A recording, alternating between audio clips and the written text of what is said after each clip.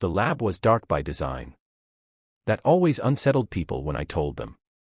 They imagined flickering lights or some dramatic budget cut, but the truth was simpler.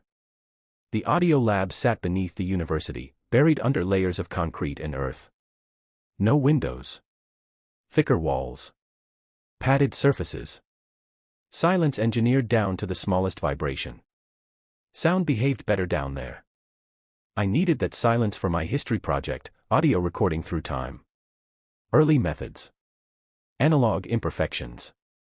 How tone and pitch degraded, shifted, warped when captured on older equipment.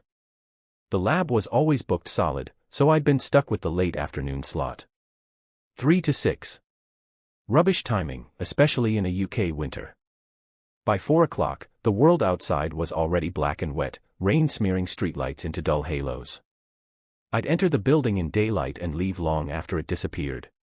Not that I'd know the difference once I was inside. The lab had no concept of day or night. Just hum. Just silence. The tape recorder I was assigned dated back to the 1960s, though it looked older. Beige casing yellowed with age.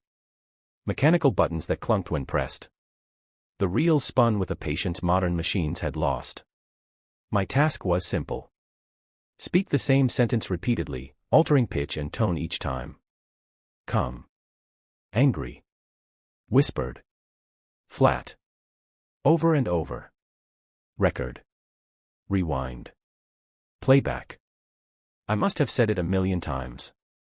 The white rabbit ran to escape the orange fox.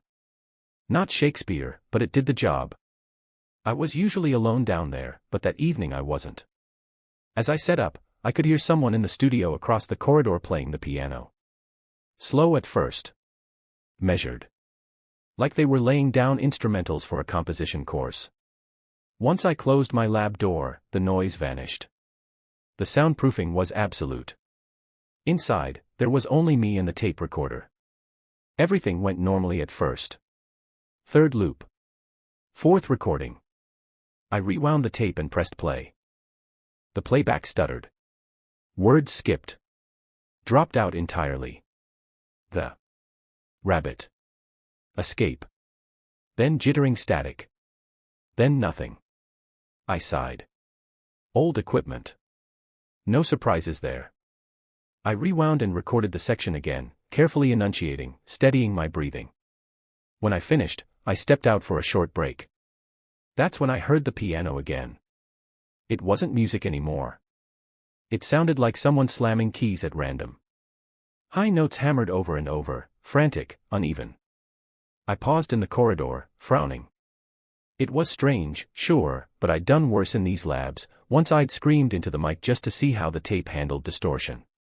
I shrugged it off and headed back into my lab. As I closed the door, a thought hit me so suddenly I stopped walking. Why could I hear the piano? The door was shut. The studios were soundproof. My stomach tightened. I crossed to the tape machine and pressed play. My voice was gone. In its place was another voice, close and intimate, as if speaking directly into my ear. Repeat after me. I froze. The voice wasn't loud. It wasn't distorted. It was calm. Expectant. Someone had been in my lab. That had to be it. The piano player. Messing with my project. Anger cut through the fear. I stormed back into the corridor and banged on the studio door opposite, where the piano was now hitting the same high keys again and again. No answer. I threw the door open. The room was empty. Dark. Cold. No bench disturbed. No warmth of a recently used seat. The piano sat untouched in the corner. The sound was coming from an old tape recorder on the desk. Nearly identical to mine. I pressed stop. Silence fell like a held breath. I didn't think anymore. I just wanted out. I rushed back to my lab, stuffing notes into my bag, yanking cables loose. On impulse, I grabbed the heavy recorder itself. I didn't want it left behind. As I moved down the corridor, shadows seemed to stretch and lean. Every sound felt closer than it should have been. The exit door loomed ahead. Locked. Of course it was.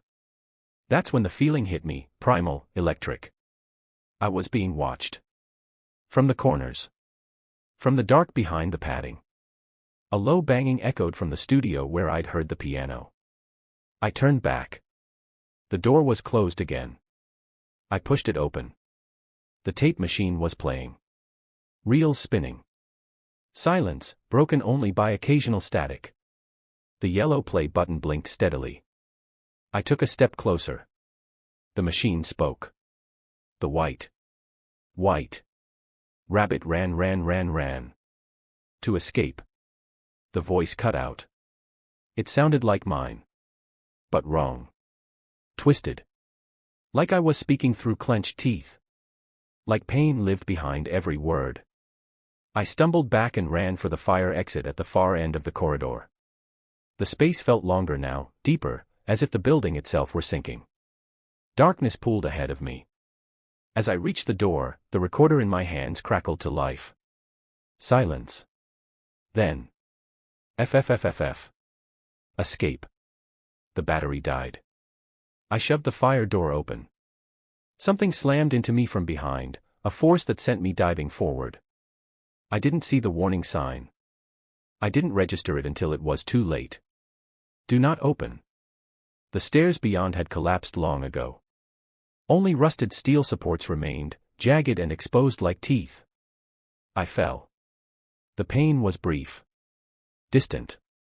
A pressure in my chest as one of the bars punched through me and held me there. As my strength drained away, the tape recorder played one final time. This time, the voice was clear. My voice. A warning I'd already given myself. Don't use the fire escape. The tape ended. Then I did.